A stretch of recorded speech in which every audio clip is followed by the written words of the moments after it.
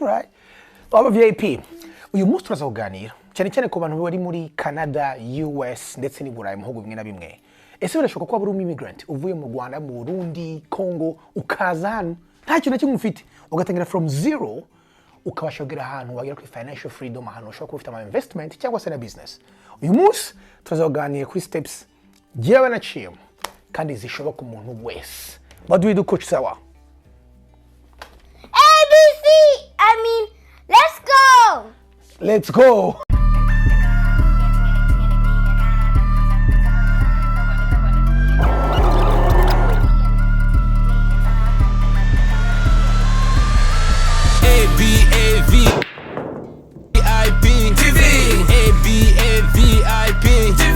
Turn your dreams to reality.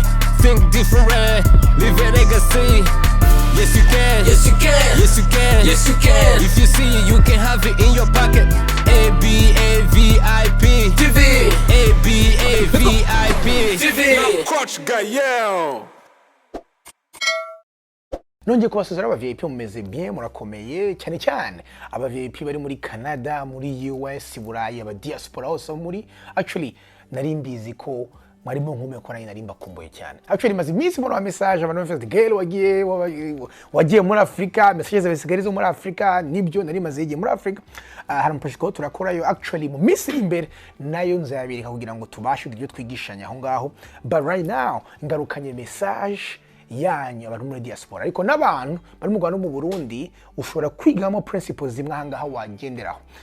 Ibibazo byinshi mbona nabyo hariho hazaza nibi abantu cyane cyane right now abantu bari yangoro baraza baza baba immigrants baza mu bihugu bya hano akenshi bakunze kubaza abantu ese how wageze kuri bino bintu, how wabashije gutangiza business, how wabashije kwinvestinga mu mazu, how wabashije gukora ibi n'ibi ni ibibazo bakunda kubaza abantu benshi ba entrepreneurs ariko rimwe na rimwe uvuga ati ese birakomeye ni gute umuntu ahagera. So today shaza gukora video, video ngufi cyane kora ko ibintu byinshi nagiye mbivugaho hirya no hino ariko uyu munsi ndabivuga mu steps ngiye naciyemo apana ngiye gusa ahubwo n'abandi bantu bose bashe muri kino gihugu nta kintu bafite ariko bakabasha ku building their way ku kintu. So nize steps standatu, ibintu byoroshye uraza kumva ko ibintu biroroshye, ni ibintu buri muntu wese yakora byoroshye kumva, ntibisaba umunyabwenge gusa bisaba ka discipline.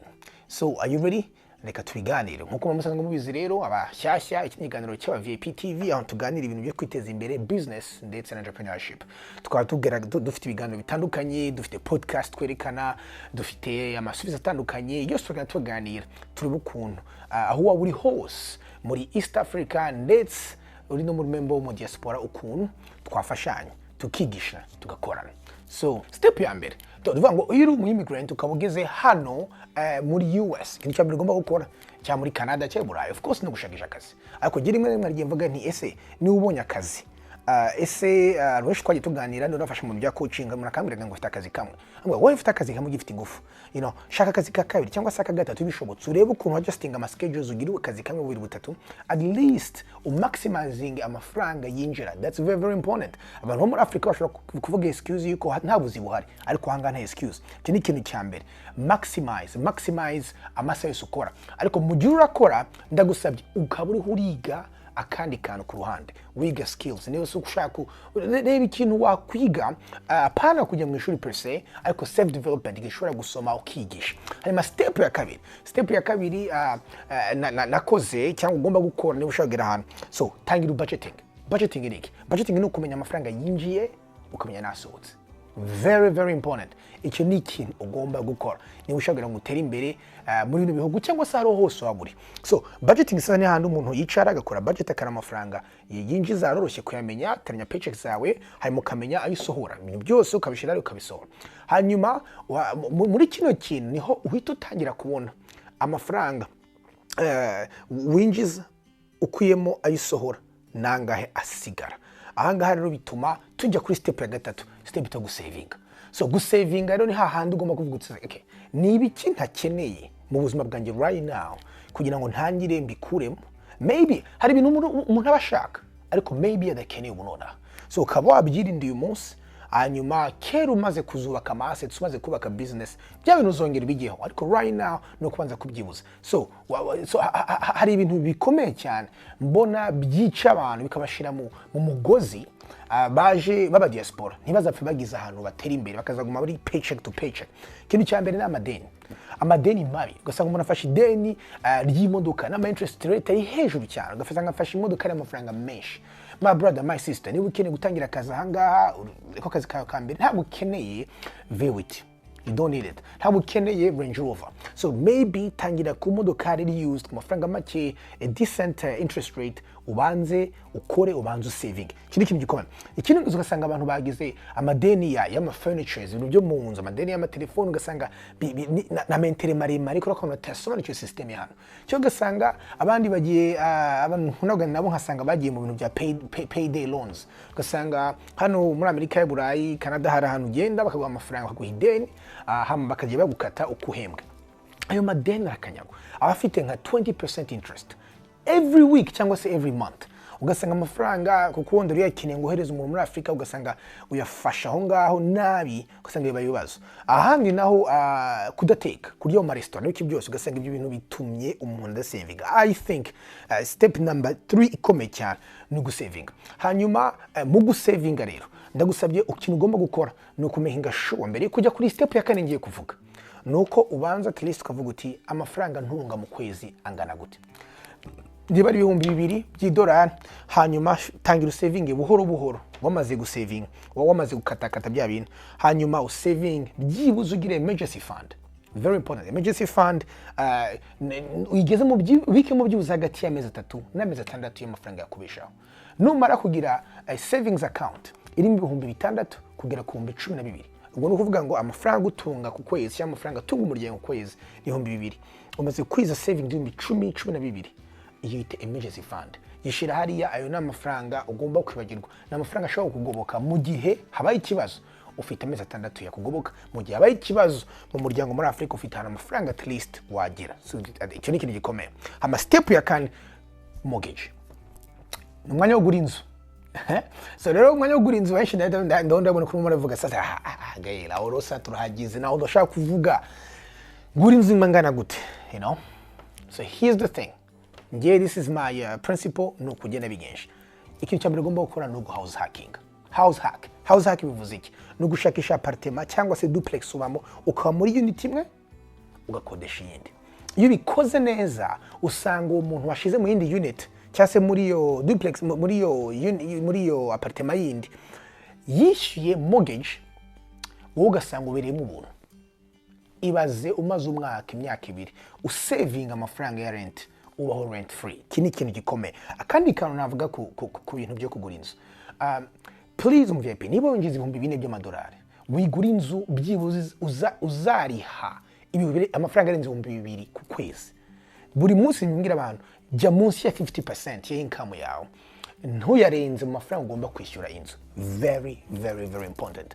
Iyo utangiye kwishyura inzu $3,000 uhembwa 4 watangiye kwiniga. Iki ni ikintu gikomeye bituma utabasha gukora ibindi byaza guteza imbere bigatuma uba free financially. Akandi kantu navuga abantu muri Canada muri Amerika hari ama programme menshi afasha abantu batangira kugura inzu hano bwa mbere amafaranga ugashira hasi 3%. Inzu igura $200 ugashira $600 hasi gusa.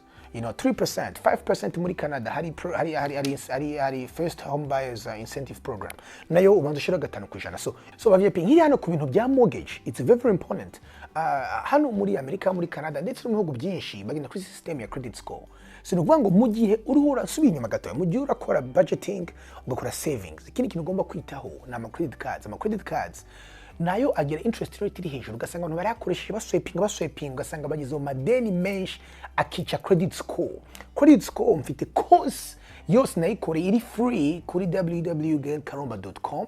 ni mugende hariho course y'ukuntu wazamura credit score yawe ukayivana kuri 200 300 ukageza kuri 800 mu gihe cy'amezi 3.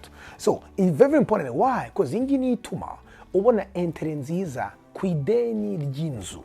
Ibi ni very important. Credit score umuntu wese ugeze mu bihugu you have to know credit score because niho banki zigendera zimenya niba kukuru umwizerwa, niba bakuguriza amafaranga kuri internet zo hejuru cyangwa ziri hasi. Kandi uburyo wabikora ni ibintu byoroshye reba kose. Hanyuma ro step ya gatanu nomita nkubwira sasa stock market cyangwa se /retirement. So nvango hanga stock market niyo step ya gatanu. So umaze kwicara mu nzu yawe, wamaze kuyibona na apartment uraba hamwe, ufite umutenants arakwishyura mortgage umeze neza, andi mafaranga asigaye tangi utekereze kuri retirement. Retirement ni very crucial, ariko abanyafrika ntabwo tuyitekereza. Kubera ko kenshi retirement yacu abari abana, ariko hanga muri bihugu ntibigomba kuba gutyo. Hari stock market. Stock market ni isoko ry'imigabane, ahantu usanga ama company menshi meza nka za Amazon, za Google, Tesla, all the big companies ziba zirimo, ushobora kuguramo imigabane hanyuma zikagenda zikuzanira inyungu. So ni gute ubigenza? So niba uri mu gihugu cyo cyose, please wandike retirement accounts in my country. Niba uri muri US, muri Canada urazireba. Hano muri US dufite itwa 401k. Very important. Niba ufite umukoresha, please genda ubaze niba afite 401k. Kuko 401k ushira amafaranga n'umukoresha agashira amayandi. Hanyuma ugasanga nyuma y'imyaka 20-30 ya mafaranga ushobora kubushiramo nka 200 buri 2 weeks. Nawe agashira amayandi, usanga mu makinga amafaranga 400-500 ushobora kuzakoresha mu gihe gikwiye. Mfite actually video nabikozeho ya compound interest, muze kwireba muyishakishe ukuntu ushobora kumaking miliyoni y'amadolari bice muri compound interest. Nsobanura ibyo bintu bya stock market, very important. Hanyuma niba umukoresha adakotaga 401k, IRA, hari IRA ushobora gukora. Please research ukuntu ikora. Hanyuma abantu muri Canada hari byitwa RSP na TFSA, nazo zikora gutyo. Hanyuma utugi kuri stock market, college fund. Numara gukora retirement account n'ufite umwana, college fund. Mufungura college fund, ahantu bakwemerera leta ikwemerera gushira amafaranga. You know? Ayo mafaranga kandi bakaguha tax incentive ku buryo utariho tax, ukayashira mu mwana wawe nyuma y'imyaka 10 akazajya muri college, cyangwa se akakoresha ikindi kintu ashatse kijyanye na education, tax free.